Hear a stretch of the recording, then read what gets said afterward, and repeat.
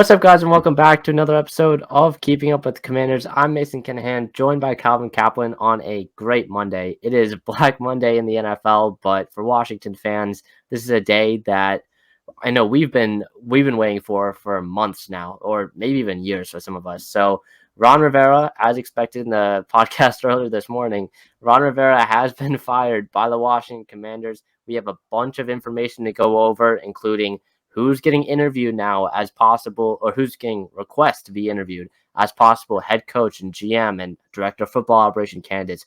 Plus, guys like Bob Myers and Rick Spielman are entering the building now to give advice to Josh Harris. So we've got a lot to talk about, Calvin. Just your first overall impressions on Ron Rivera, and over the course of 4 years, he comes in with the second overall pick. He leaves with the second overall pick. How do you feel about Rivera's tenure in Washington, and how do you feel about it closing kind of a chapter of Washington football history? Yeah, well, I think my take on this is pretty similar to most. And also, thank you for having me, of course. I'm glad to be back on a better day for the Commanders, because I think the last time I was on here was the Bills game episode where we lost by like 35. It was not good. It was not good, that's for sure. But yeah, it's been, like you mentioned, a pretty exciting day for Commanders fans. But the last 4 years of Ron Rivera's tenure have been nothing short of disappointing. Of course, the total record, 26-40-1, that speaks for itself. But just beyond that, starting off with that 7-9 NFC East title, since then, they hadn't really gone anywhere. There were a number of questionable coaching decisions. It was very clear that whatever you think about Ron Rivera, the person, which to me and almost everybody, admirable person who commands like respect from everybody who he runs across. He has respect for a lot of people, and a lot of people respect him. Nonetheless, it was clear that he was not handling the personnel decisions and football decisions in conjunction very well. There were a lot of draft picks that did not work out. Of course, not really very many boom selections outside of the Cam Curl pick. And then even on the field, it was just the teams would get off to slow starts. There'd be bamboozling losses. And then this year, really just right back to where we started, right back to square one. So a change needed to be made. And Ron Rivera definitely had a lot of positive contributions for the franchise's image. But as a football team, they didn't go anywhere, and it was the right move. Yeah, I agree. Yeah, we all knew this was coming for now months. And it was good for Josh Harris. I do feel like it was good for him to have Rivera finish out the season with this team. There was really no point, I felt like, cutting it early with the development of Sam Howell and Eric Bieniemy. I know some people wanted to see Eric Bieniemy maybe have kind of a trial as an interim head coach for Washington, but I just felt like with Sam Howell and Sam Howell developing was probably the most important thing to finish off the season, and kind of having a solidified answer of what we're going to do at quarterback. And I think we have that answer now. And even with Ron Rivera leaving and moving on, getting fired, with some new voices coming into the building within the next few weeks, the next few months, I feel like we now know where this team is going. We now have a direction for this team, and I think it's the right direction. It's a bright future for the Washington Commanders and Rivera's tenure. If there's like a few sentences or a few thoughts that I'm going to leave when I think back of Rivera's tenure and Rivera's kind of 4 years, a few things that I'm going to remember about him is that, like, look, he was a great person off the field. The amount of stuff that he battled off the field, whether it be like the Dan Snyder stuff, a whole lot of off-field issues, even with some players. And not only that, but he had cancer and he was still coaching. So he was battling off the field a ton, and yet he still showed up to work every day. He still coached every single game, and just his determination and stuff too. I know the on-field results weren't there. Personnel decisions, the draft choices were very questionable, but just kind of him as a person, you're going to remember him as a pretty good person in Washington. But yeah, we saw this move coming for a while. Finally happens. It was the second head coach to be fired on Black Monday after the Falcons got rid of Arthur Smith 1 minute into Black Monday at 12:01 a.m. So it was coming, and now there's a brighter future. Josh Harris had a press conference today. I think one of the big moves today, or one of the big, probably moves just in the NFL in general, was the blockbuster and kind of groundbreaking move. Josh Harris bringing in Bob Myers and Rick Spielman as advisors with this team. And Bob Myers, I don't know if you want to talk a little bit about him, but because his historic resume right now it's definitely a guy that you want to have having say in your sports team, no matter any sport. Yeah, and that was a huge move. And Hmm. really, one thing that really struck me that I saw tweeted, I think it was by JP Finley. He was talking about how this was such like a proactive decision and not Yeah, reactionary. The fact that the night after the season ends, boom, boom, you got 2 new advisors to get the next coaching process started as quickly as possible. This is something he had planned for weeks and kept out of the eyes of the media, but had very well thought out plans for what was going to happen next. And yeah, on Bob Myers specifically, this is the guy that was responsible more than anybody else for the personnel that led the Golden State Warriors dynasty during their peak years. I mean, that's definitely a guy you want to have in a building. Obviously, he's a basketball guy for personnel, and that's why he's not going to be the next GM, but he is going to assist in finding the head of football operations.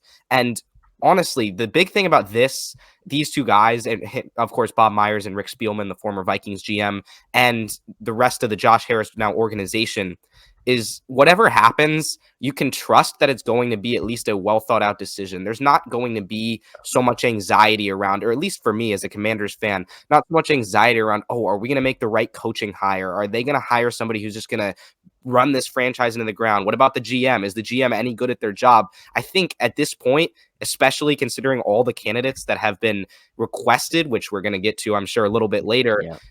it's going to be a good hire no matter what, or maybe not a hire with good results, but at least a hire that has been well thought through and thought through after a number of interviews by a number of people who are really, really good at their jobs, who are evaluating who can be the very best for this franchise. And that's something that really, more than anything else, is very exciting to see as a fan.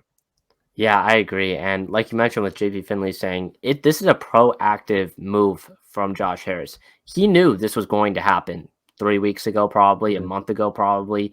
He's been talking with Bob Myers and Rick Spielman about bringing them in probably for months now. And the fact that they were able to keep this a secret until this morning is very impressive and shows the amount of time and amount of like just the work and the knowledge of how to do things and the experience from Josh Harris showing with himself, being the owner of the 76ers, the New Jersey Devils. He has experience building an organization and rebuilding an organization, and you can tell based on what he's done so far, bringing in two very experienced guys. Again, like you mentioned, Bob Myers, I know, is a little bit confusing in the morning, but just kind of for clarification, Bob Myers and Rick Spielman, they will not be the director of football operations or the general manager. They won't be Right. making the personnel decisions, the draft decisions for Washington. They're going to be advising Josh Harris for making the hires for those guys, the director of player personnel, director of player personnel, and the future head coach. So those guys will be helping Josh Harris. I know Josh Harris during his press conference today said that Bob Myers will also be helping him make some other decisions down the line. And I think Josh Harris said about Rick Spielman, he's only going to be here for the few hires that they have, or not a few, but for the hires that they have over the next few months. So I'm really looking forward to it. Like you mentioned, there's a lot of experience between all three of those guys. And if you want, we can just get right into the candidates for each Yeah. one, because some of the requests for so far for Washington, there's some very, very talented guys throughout the request so far. So Yeah. if we want to start off with the first one, this hasn't really been like a formal request yet, but was probably one of the first names to come up, and it's been one of the major names to come up within the coaching carousel between college and the NFL. It's Michigan head coach Jim Harbaugh. What are your thoughts on him? And I know there's been reports Washington has reached out to his agent, and Bob Myers has reached out to his agent as well. So, what are your thoughts on Jim Harbaugh and him being contacted by the Commanders? Yeah, I mean, I think this is really just the biggest experience hire that you can possibly get. And of Hmm. course, we know that Jim Harbaugh has had immense success at Michigan, and that, I mean, of course, former player, former coach in the NFL, former head coach. He hasn't had that opportunity in a while since he was with the San Francisco 49ers, but he seems to be getting more and more disgruntled with the NCAA, which, I mean, a lot of coaches are these days. Yeah. And of course, right now, I think it seems like Harbaugh is a prime candidate for the Chargers, but he's also going to get a look from the Commanders for sure, like you mentioned. And just with that comes that head coaching experience. Of course, that Harbaugh family coaching tree is excellent. But what I think fans would really love to see translate to this Washington team in particular is an increased emphasis on the ground game. And of course, not all of that is on Harbaugh's plate. Of course, Michigan has a lot of coaches on the offensive side of the ball who are getting Blake Corum and Donovan Edwards these incredible rushing stats on a ton of carries. But Harbaugh is the head coach of a team that has run a very run-heavy scheme over the last couple of years. Meanwhile, the Commanders passed the ball more than anybody this year. And the biggest complaint by far about Eric Bieniemy, who may also be in the head coaching process, although that's probably more of a long shot at this point, was that he was not scheming for Sam Howell, or not scheming for the offense to run the ball enough, putting too much pressure on Sam Howell in drop back situations and shotgun, and not allowing the running backs to really get going.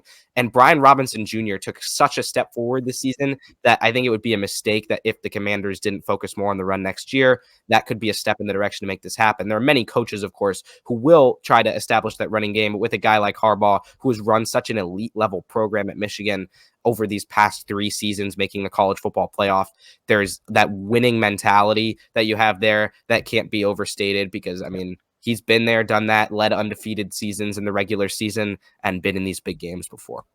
Yeah, and tonight he's got a big one as well. I think the game tonight is really going to show what his decision. If they win this game tonight, I'm very confident. I'm already pretty confident that Harbaugh is going to be going to the NFL after this season, but especially if they win tonight, leaving on a good note at Michigan will definitely help Harbaugh's decision, I feel like, moving on to the NFL. But also, like you mentioned, Harbaugh has been there and he's done that. He's now gone to 3 straight playoffs. He's again competing tonight in the national championship game. He's been to Super Bowls previously with the 49ers as well. A lot of experience. And with the run game, like you mentioned, Brian Robinson has been a great he's taken up a major leap. You can really tell that he's fully healthy coming off that gunshot wound back in 2022. But you even had offensive linemen today saying they wish that they ran the ball more during locker cleanout. You had Sam Cosmi telling reporters that he really wished that they ran the ball more because they were very efficient with that. And you could tell just watching back the film, Sam Cosmi loved running the ball, loved running up into the second level and just demolishing linebackers. So I know the team really was disappointed in the overall results of the season, but there was definitely a bright spot within this limited run game for especially for next season with Brian Robinson coming back. Another guy that has been officially requested for an interview is, well, I guess we can talk about both of these guys because they're from the same team, but Lions offensive coordinator Ben Johnson, one of the most sought out head coaching candidates in the NFL last season and now this season as well, and Lions defensive coordinator Aaron Glenn. What are your first thoughts on hearing both those names? Yeah, well, for Ben Johnson, of course, this is the name that everybody's really seen Commanders fans linking to the franchise, just fantasizing about Ben Johnson and Caleb Williams as the new faces of the Commanders. And of course, Ben Johnson has done so much for this team. And he has been, first of all, both Johnson and Aaron Glenn are former players, which is crucial, of course. They're former players who are still relatively, on the younger side. I guess I should say Johnson's relatively on the younger side. Glenn is a little bit older, just over 50, but still not super old, but nonetheless, they have that experience and to offer to the players. But to start with Johnson, I think just the transformation that he has put together with Jared Goff has just been so excellent because a couple years ago, of course, when the Lions traded for Jared Goff, it wasn't clear whether he was going to stay the franchise quarterback for the time being. And people forget, even as recently as last draft, the Lions took Hendon Hooker in the 3rd round. And of course, he's had an injury for most of the year, was still recovering, only recently got activated. But Jared Goff stepped in and just elevated his play to become probably the franchise quarterback of this team for many years to come. And one of the most striking transformations was just his play against the blitz, because for so long, Jared Goff was known as this guy who could only throw under clean pockets. And when the blitz came, he would collapse. This year, he was one of the best quarterbacks against the blitz. They took away his biggest weakness as a player. And there's not to say he's some sort of Patrick Mahomes or he's perfect by any stretch, but he has become firmly in the top half of quarterbacks in the league, able to direct a franchise team. And I think while Dan Campbell has certainly had some influence in that, Ben Johnson has been creating the schemes for Jared Goff to thrive. And when you have an offensive coordinator that completely transforms a quarterback like that, that's huge, because whether it's Sam Howell, whether it's Caleb Williams, if Ben Johnson's able to come in there and help them work through their weaknesses, that's just going to make them such a better player as a whole. Yeah, Ben Johnson is definitely the elite. There's probably the number one guy for a lot of teams that need a head coach. And I know I believe the Raiders also requested an interview for him as well. So he's going to get a lot of love in terms of getting from different teams. So it's going to be interesting to see if Washington's going to be able to land him. But again, they're not going to be able to meet with Ben Johnson until after the Lions either win the Super Bowl or are eliminated from the playoffs. Same with Aaron Glenn as well, which, again, Aaron Glenn, the more experienced coach at this point in his career, but definitely not the more flashiest hire if they were to hire him over a guy like Ben Johnson. So, again, Glenn, I'm not entirely in love with, but I see the vision a little bit. The Lions pass rush has been incredible. Developing guys like Lee McNeil and James Houston has been great for that pass rush. But again, if you land Ben Johnson, he's going to be a head coach in 2024. The question is going to be which team is willing to pay him the most money is going to be the real question. So it's going to be interesting to see how the progression, but in the process with both of those guys. Another guy that is very highly sought after in terms of being a future head coach in 2024 is the Ravens defensive coordinator, Mike MacDonald, who was probably the last guy to get an interview as of 4:43 p.m. If there's someone else that comes up, then whatever. But Mike MacDonald's been the most recent in terms of reports of he's going to get an interview at some point. So what are your thoughts on Mike MacDonald? I know that Ravens defense has been arguably, if not the best defense in the NFL this season.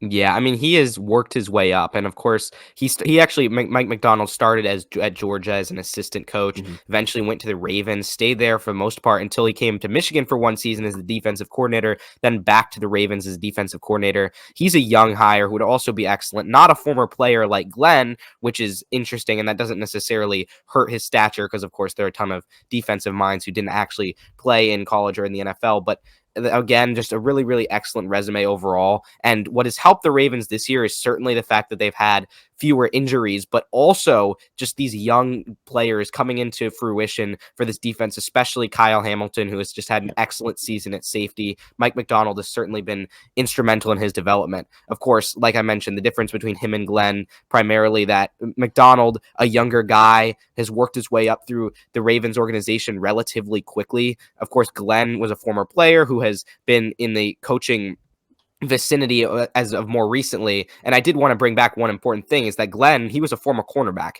And whatever you want to say, I mean, there are a few absolutes you can say this season about the Commanders because there were so many people to blame for the struggles this year, but the cornerbacks coaching was not good. You don't have that many miscommunications on defense and have good cornerback coaches. And the loss of Chris Harris was definitely contributing to that. But getting some stability in the secondary, obviously that's not necessarily something you just want to target, only focus on the secondary and nothing else. But that is a good starting point for potentially getting a coach who would have a fit for the team and be able to improve a glaring need. That's where Glenn really stands out to me. But MacDonald, of course, also an excellent option, and he's rebuilt this Ravens defense into an elite unit.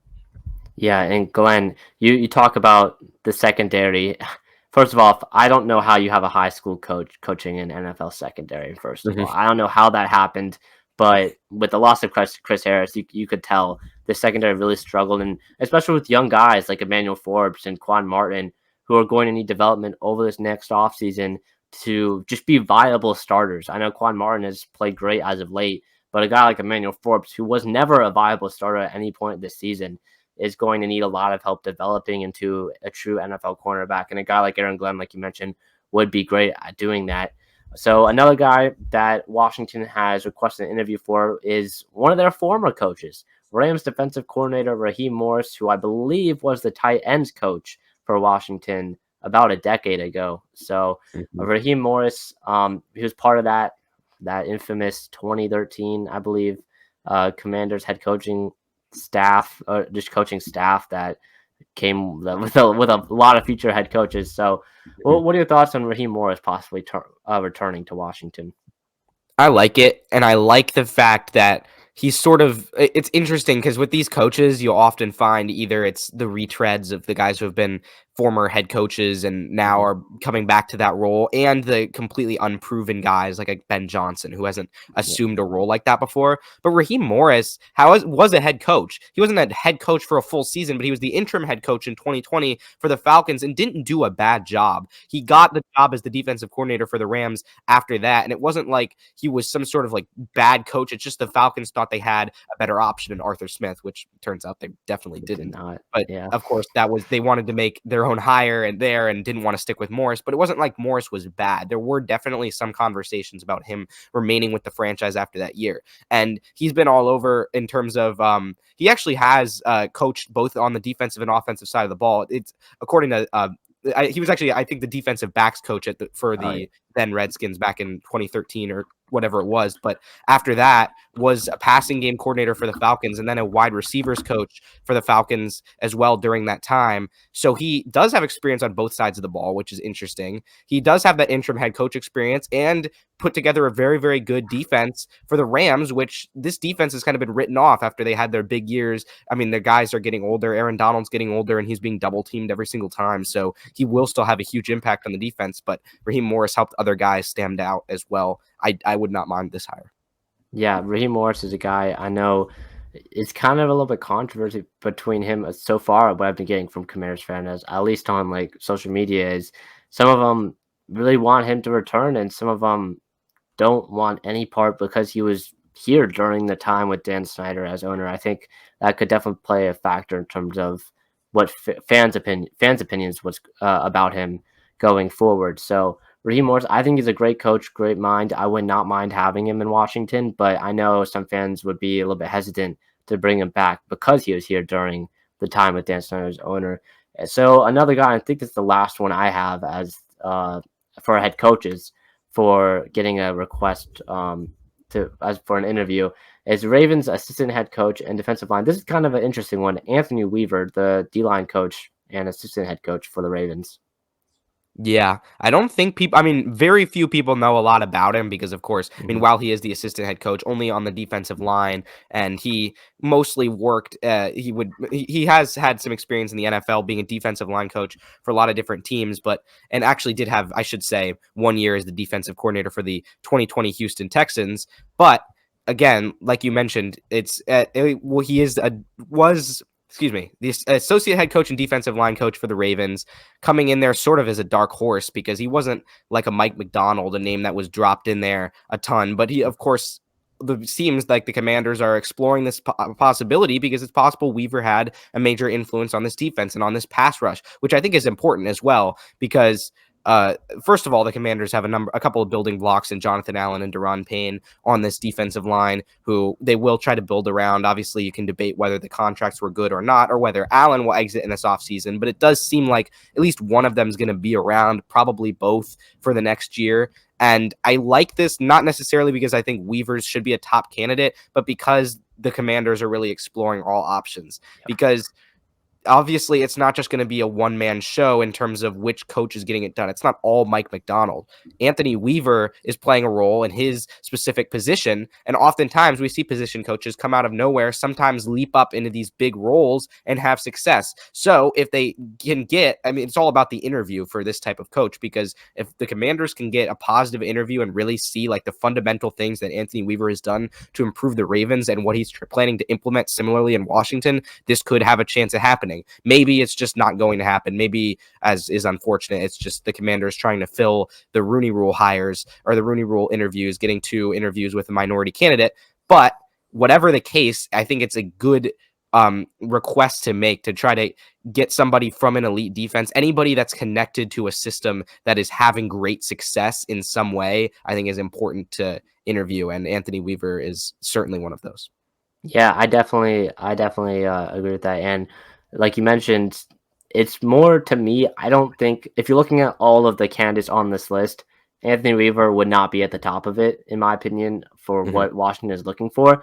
But also, again, like you mentioned, it shows that they are looking at other options and not just, looking at, they're not just searching up online best head coaching candidates for 2024 NFL and just picking the first 5 that show up. They were like looking at other options as well across the league. So Anthony Weaver, and a guy as well, if you were to hire Mike MacDonald, bring him in as head coach, like the connection there with Weaver also being in Baltimore, MacDonald could bring in Weaver to be the defensive coordinator possibly, because I know there's been reports Washington wants to build their team and their staffs like the Ravens or like the Eagles. So we'll get into another Eagles guy later. But overall, for these head coaching candidates, I like where Washington is going.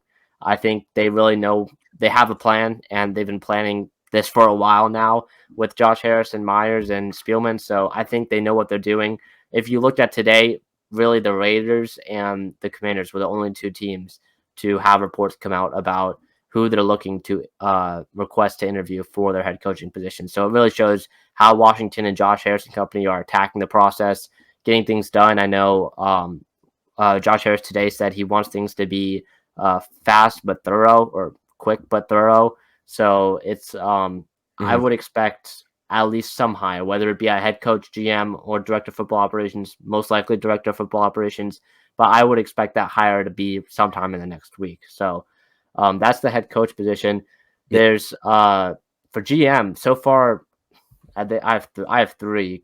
There might be more, but I have 3 so far. And the 3 that really Washington fans have been talking about for a while, they kind of hit on every single one of these. The first one is 49ers assistant general manager Adam Peters, who is definitely, just like Ben Johnson, I would say, the number 1 guy at the top of the list for teams that are looking for a new general manager. What are your thoughts on how Adam Peters has helped build that contending San Francisco team every year? Yeah, I mean, that one's just so obvious. Like, that's not one where you need to like think hard about why they're trying to like hire Adam Peters, other than like, I mean, there's definitely some surface level reasons that you can point to right there. Like you mentioned, building this incredible San Francisco 49ers roster every single year, it just makes him at the top of the list at this point. And obviously, he's the assistant GM. He's not the guy in charge. But first of all, being around a winning culture and figuring out how to build a roster top to bottom is crucial. But I think maybe the less obvious reason for the Commanders picking these 3 candidates, and obviously we're not going to know this, is who is going to work well with Eugene Shen, the new, like, I forget exactly what his title is, but definitely working in the analytics department in terms of player evaluation. But yeah, that sort of hire for the Commanders, any hire for the GM, like Josh Harris mentioned, any hire for the GM or head of football operations has to mesh well with the head coach. Similarly, with the analytics department, they got to be on the same page. And really, we don't have a lot to go on because Josh Harris hasn't made notable hires other than that one. But that one hire, I think, can give you a glimpse into where he's going, trying to look into analytically minded GMs, guys who are going to manage the cap space very effectively as they did in San Francisco, finding values, signing the right contracts, and making good selections in the draft. Adam Peters is definitely the top candidate based on resume, but any of these candidates, all 3 of them, really, that could be an underlying reason why the Commanders are looking to add them. Yeah, Adam Peters has a lot of experience with San Francisco, and also was a former director of football. Well, first of all, he's a 3-time Super Bowl champion, so he knows what a winning culture is, and he's former director of college scouting with San Francisco. I believe former director of college scouting with the Denver Broncos, and helped bring in some of those players that won Super Bowl 50. So he has the experience. He knows what talent looks like, and I'm excited to see because he's my number 1 choice right now. I'm just going to say that he's my number 1 choice. He's one of the most experienced. He's one of the, I would say he's the best head general manager candidate at this point. So yeah, he's probably my number 1. Another guy that Washington has requested for the GM job is Bears assistant general manager Ian Cunningham, another guy that Commanders fans were definitely having an eye on as of late.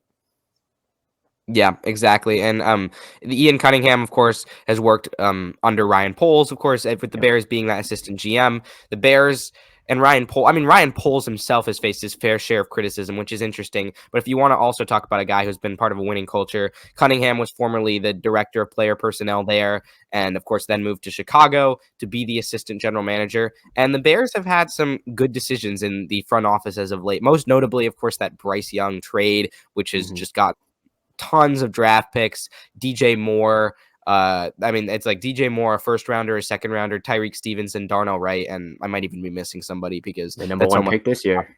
Like, Yeah, it's just an absurd haul for that number one overall selection, and has really set up the Bears well for the future. And obviously, it's still unclear whether Justin Fields is going to be a successful pick there, because they did spend a lot of draft capital attempting to acquire him. But nonetheless, there is some experience at high level organizations to like. And often, I think for these types of guys, and maybe the next guy you're going to get to as well, these assistant GMs, it's really not known how much role they will have with their franchise. Like, obviously, they have experience in scouting, they have experience in player evaluation, but some assistant GMs may be more involved than others, and it's hard to know what's going on behind the scenes. So it's not really fair to say, oh, Ian Cunningham's responsible for that trade. But I think it is good to see. What is encouraging is that he has a consistent pedigree of being promoted from high level franchise to high level franchise for the most part across his career. And so when you have teams that consistently give you that respect, I think it's not a bad bet to try to give him that next step, give him that head of football operations role, see what happens.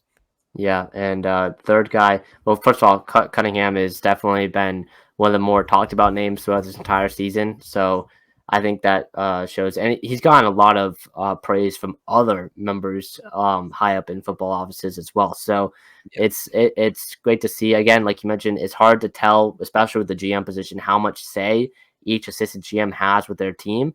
But with Ian Cunningham moving up as fast as he has, it's definitely a good sign. And now the third guy is more. Well, he's on more of a winning organization. Again, more of a question, I would say, with how much say he has. But the Chiefs assistant general manager, Mike Borgonzi, has also been requested for an interview. Yeah, and the Chiefs drafts have seemed to get better and better over the last couple of years, especially in that Super Bowl. I mean, a guy like Isaiah Pacheco at running back you can look to as a late round selection who has just been excellent. But beyond that, I mean, even guys like George Karlaftis, that's a higher selection that they made for the at edge, has been an excellent talent for them in his young career. And there's so many other guys you can point to over the last couple of years that the Chiefs have really had success with in player evaluation. And Borgonzi's concluding his third year as the assistant general manager. He's been with the Chiefs for a long time, has been director of football operations before that. But it is interesting to see that as assistant general manager in recent years, the Chiefs have had some very good success. Now, of course, there are guys like Sky Moore and other players that the Chiefs picked that didn't really work out as well. Every team is going to have busts, but I think over the last couple of years, it's encouraging to see the success of the drafts at least get a little bit better for the Kansas City Chiefs, especially considering that they have to pick late in the first round every single year, which is where the Commanders hope to be someday. Again, like you mentioned, just hard to say how much an assistant GM has say, but the upside of this hire is that he's been with the organization for so long and been around a Chiefs team that has had so much success. He's been there through the entire Patrick Mahomes era, of course, the Alex Smith mini playoff run that they had, and a number of other playoff berths as well. So he's been there through the ups and the downs, and most recently through a historic stretch for the Chiefs dynasty, and been around for a while, knows what he's doing, and might be a good fit. Yeah, I would say if you look at the head coach candidates so far and the general manager candidates, like these candidates, they're verified. They've won at places. They've kind of, I wouldn't say they're proven yet, because of course they haven't been in, or most of them haven't been in the higher up position we're interviewing them for, but they're pretty much as close as you can get. Adam Peters, Ian Cunningham, Mike Borgonzi, all these guys have, like, there's reasons why they've been in their positions that they're in, and it's very noticeable. So of these three guys, Peters, Cunningham, and Borgonzi, who would you say, if you're given these three, who would you go with? I think I would go with Peters. It's hard to say between Cunningham and Borgonzi. I might give Borgonzi the slight edge there just because of the success of the Chiefs franchise as a whole. But then again, it may not be the responsibility of Ian Cunningham that the Bears it's not, you can't blame Ian Cunningham for Ryan Poles coming under fire. That's not his fault. And if he's thinking the right way and got has had a plan in place that has been effective in the role that he plays for the team, that's really all that matters at this point. So I think Peters is a tier above the other two for me. But whatever happens, like I mentioned at the top, you can have trust that whatever will happen will be a well-researched decision, and there will be a lot of interviews that take place. by the Josh Harris ownership group and by Rick Spielman and by Bob Myers, who I mean, it's unclear. I mean, I think I read something about this. Is it possible that Bob Myers is sitting in on interviews himself and like possibly conducting some of them himself, or is that not the case? I haven't heard anything either way on that, but Mhm. it would be pretty cool if he is, I would Yeah. say. But I haven't heard on either way from that, so we'll just have to wait and see. But yeah, so that's the head coaching and the general manager candidates for now. The director of football operation candidates, like I'm saying, Washington was busy today. The Adam Schefter notifications were going off every like 15 minutes. The director of football operations, there's two guys so far Washington has requested to interview, and the first one is, I think, probably the favorite, I would say, to get this job if he's willing to take it. And that's Eagles assistant general manager Alec Halaby. He's a very analytical guy. And like you mentioned, with Eugene Chen and him and Josh Harris, both relying on analytics so far with their other teams. And you can see Josh Harris's view and how much analytics he wants to bring to this team. Alec Halaby, who's been the like analytics, the numbers guy for Howie Roseman in Philadelphia, he was one of the first, I believe, to get an interview for the job, the director of football operations job. So, what are your thoughts on him and him possibly coming to Washington? Yeah, this is really, really good because he's a 16-year vet with the Eagles and has, like you said, experience under this Howie Roseman regime. And Howie Roseman, I remember like 4 years ago when he came under a lot of criticism, of course, because of the Jalen Reagor draft selection, which was pretty bad. But at the same time, over these last few years, he's developed a lot of good selections in the NFL draft. And Halaby has been there through all of it. He's, it says on the Eagles website, he has works in a particular emphasis on integrating traditional and analytical methods in decision making, which is really crucial because I mean, it's really there's often a divide between how NFL front offices use analytics, whether it's more traditional ways or more like progressive ways. And obviously, we're not going to know exactly how instrumental he is in that role, but that type of guy, like you said, would fit super, super well with a Eugene and Chen hire. And plus, I mean, all of these GM candidates are super smart guys, but Alec Halby is a Harvard graduate. You definitely want a guy who's gone to an elite school like that. I mean, if he's got the brains to get it done, he's got the pedigree to get things done, and obviously has worked with the Eagles in football for a very long time now, and I think I think he's an excellent candidate and a very excellent candidate to reach out to. Yeah, he's probably my favorite out of the interviews so far at all three positions. I would say Alec Halaby as the director of football operations would probably be my favorite fit so far of the people that we've like gotten so far as possible candidates. The other guy is Browns assistant general manager Glenn Cook. This one was a little bit of a surprise to me, at least. But what are your thoughts on Glenn Cook, which is kind of a more under the radar move? Again, I would say he's definitely worth at least some interviews. But what are your thoughts on Glenn Cook? Yeah, you're right. Definitely more of an under the radar move. And he is a younger candidate at 38 years old, but not only the assistant GM, but he's the vice president of player personnel for the Cleveland Browns, who have built a very, very solid roster this season. Of course, they've had the benefit of picking very, very highly in the draft over a number of seasons. But the way Cleveland's been able to have success with Joe Flacco is very encouraging because it's not like he's responsible for developing a veteran like Joe Flacco, but to have the team around him to be able to win football games and rely on their defense. Even when Deshaun Watson was in there, the Browns were able to rely on their defense, even when Deshaun Watson wouldn't play super well. And so this is interesting because it's not like, oh, Glenn Cook's been around the Browns winning Super Bowls with the Browns, because we know the Browns haven't tasted a Super Bowl like it's with the success or the lack of success they've been having in recent years. But it is encouraging to see the turnaround of this team, and just seems like a very well-built football team. And they seem at this point really just like a quarterback away from making a massive run. The fact that we're even talking about them making a run with Joe Flacco says a lot. And Glenn Cook is very much under the radar, but he does hold that assistant general manager position. So worth taking a look. Yeah, I definitely think he's worth taking a look. I don't know if I think the Harris group would definitely fall in love with Alec Halaby. I feel like that's probably the most likely, right, as of right now, to be the director of football operations. We'll see what happens. But before we end this one, who are some other guys that really any of the three positions so far that you would love to still get interviews? I know there's a few for me that I'll go over in a second. But who are some of the guys that you're still looking for Josh Harris to request interviews for?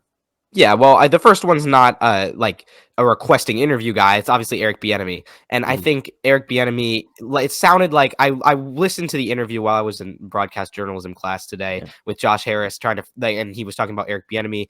He said he loved working with Eric, and that he definitely implied that Eric was going to get a look, but it wasn't necessarily. It wasn't like a glowing endorsement. It didn't really seem like, oh, Eric's changed the franchise. Eric has like done this. He's done that. He didn't really get into specifics there. He didn't necessarily seem to think that top candidate for head coach. And Josh Harris obviously is not going to be very involved in making the final decision. He's leaving that up to guys who are experts, which is, of course, really, really good to see. But yeah, nonetheless, he didn't seem too high on Eric Bieniemy, but I still think it's worth giving him a look given the pedigree that he had as a head coaching candidate for many years before this year. Other than that, for front office, I know Ed Dodds has been getting a look, the Colts assistant general manager. What has been going on with Eichen, of course, with this team potentially being in contention for coach of the year, he's been excellent, but Dodds has built a really, really solid franchise over a solid period of time, and they've got a lot of just young talent to build around. It remains to be seen whether this Anthony Richardson pick will work out due to injury, but even without Richardson, the Colts were still able to have some success. And other than that, I mean, I think if you want to look at the Ravens, there's Joe Hortiz as well, their director of player personnel. So maybe they could just hire everybody from the Ravens. But I think other than that, that's about all I got. I think the Commanders really hit on a lot of the major candidates for these positions. Yeah, I agree. I think Washington definitely hit on a lot of candidates. With Eric Bieniemy, a head coach, I definitely think he should still be getting. I know it's kind of based on what Commanders fans had as expectations for this offense this year is more of a disappointment. They only averaged like one more point than Scott Turner's offense last year.